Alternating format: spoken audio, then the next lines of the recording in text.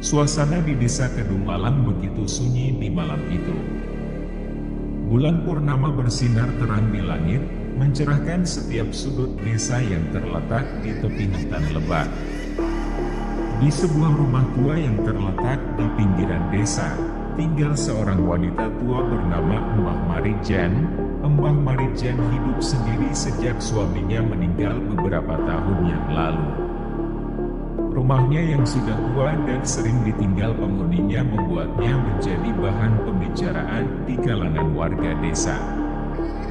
Beberapa penduduk setempat percaya bahwa rumah itu angker dan sering terdengar suara aneh di malam hari. Suatu malam, seorang pemuda bernama Agung, anak seorang petani di desa itu, mengumpulkan teman-temannya untuk mencoba mencari tahu kebenaran tentang rumor tersebut.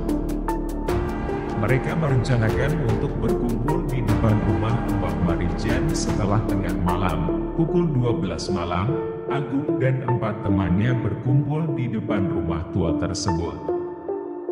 Mereka membawa peralatan seperti lilin, kamera, dan ponsel untuk merekam setiap aktivitas yang terjadi. Meski sebagian dari mereka skeptis, tetapi rasa penasaran membuat mereka tetap bersemangat. Saat mereka masuk ke dalam rumah, udara terasa dingin dan suasana yang menakutkan mulai terasa. Lilin-lilin yang mereka nyalakan bergetar pelan oleh angin malam yang menyelinap masuk dari celah-celah jendela yang sudah retak. Mereka mendengar suara langkah-langkah ringan di koridor yang gelap saat mereka mencapai ruang tengah. Tiba-tiba pintu kamar Mbah Marijan terbuka sendiri. Mereka terdiam sejenak, mencoba untuk mencerna apa yang baru saja terjadi. Hati mereka berdegup kencang, tetapi rasa penasaran masih lebih kuat. Dengan langkah ragu, mereka masuk ke dalam kamar. Di sudut kamar, mereka melihat sesosok bayangan putih yang terlihat kabur. Suara langkah-langkah ringan semakin mendekat, dan tiba-tiba muncul sosok pocong yang menyeramkan di depan mereka. Tubuh pocong itu tampak kusut dan berlapis-lapis kain kafan yang koyak. Matanya memancarkan kegelapan dan wajahnya memancarkan aura mengerikan. Teman-teman Agung berteriak ketakutan, sementara Agung mencoba untuk merekam kejadian itu dengan ponselnya. Tiba-tiba, pocong itu mengeluarkan suara serak, "Ini rumahku, kalian tidak boleh di sini." Agung dan teman-temannya berlari keluar rumah dengan ketakutan yang melanda. Mereka tidak berhenti lari hingga tiba di luar desa. Setelah peristiwa itu, Agung dan teman-temannya tidak pernah lagi membahas atau mengunjungi rumah Mbah Marijan.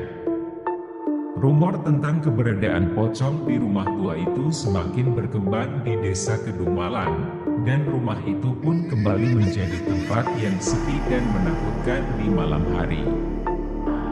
Bulan-bulan berlalu, namun kejadian mengerikan di rumah Mbah Marijan masih menjadi pembicaraan utama di desa Kedung Malang. Meskipun beberapa orang skeptis memandangnya sebagai dongeng belaka, banyak warga yang tetap meyakini bahwa ada sesuatu yang tidak beres di rumah tua itu. Salah satu pemuda desa, Rizky, yang selama ini merasa penasaran dengan kebenaran di balik rumor tersebut, memutuskan untuk menyelidiki sendiri. Dia merasa bahwa mungkin ada penjelasan logis di balik misteri tersebut, dan dia ingin membuktikan bahwa pocong itu hanya mitos semata. Pada suatu malam yang gelap dan hening, Rizky bersiap-siap untuk memasuki rumah tua tersebut. Dia membawa kamera, lilin, dan ponsel untuk merekam setiap detik penyelidikannya. Teman-temannya memperingatkannya agar tidak gegabah, namun tekadnya sudah bulat. Setelah memasuki rumah, Rizky merasa suasana yang terasa sangat berbeda. Udara dingin seolah-olah menyapu wajahnya, dan getaran aneh terasa di sekelilingnya. Namun, dia tetap berusaha untuk tetap tenang dan fokus pada tujuannya. Rizky menyusuri setiap ruangan dengan hati-hati. setiap suara, memeriksa setiap sudut, namun tidak ada tanda-tanda aktivitas aneh. Dia mulai merasa bahwa mungkin semua ini hanya hasil dari imajinasi dan ketakutan orang-orang. Saat Rizky sampai di ruang tengah, tiba-tiba lilin-lilin yang dia bawa padam tanpa alasan yang jelas. Ruangan menjadi gelap gulita, dan Rizky merasa sesuatu yang tidak terlihat berada di sekelilingnya. Dia mencoba menyalakan kembali lilinnya, namun tanpa hasil. Suara langkah ringan terdengar mendekat, dan Rizky bisa merasakan kehadiran sesuatu yang tidak kasat mata. Ketika Rizky hampir putus asa, dia mendengar suara lembut dari kegelapan, "Kenapa kau di sini?" Rizky mencoba menjelaskan bahwa dia hanya ingin mencari kebenaran dan tidak bermaksud merusak. Suara itu memberi peringatan, "Jangan ganggu ketenangan ini. Biarkan aku beristirahat." Lalu, tiba-tiba, sinar cahaya muncul di sudut ruangan.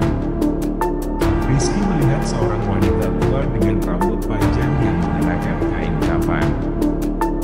Namun, wanita itu tidak terlihat menakutkan. Sebaliknya, wajahnya penuh dengan kedamaian dan kelembutan. Wanita itu adalah roh Mbah Maridjan yang sebenarnya. Dia memberitahu Rizky bahwa dia telah tinggal di rumah ini sejak lama, dan keberadaannya selama ini membuat warga desa merasa takut.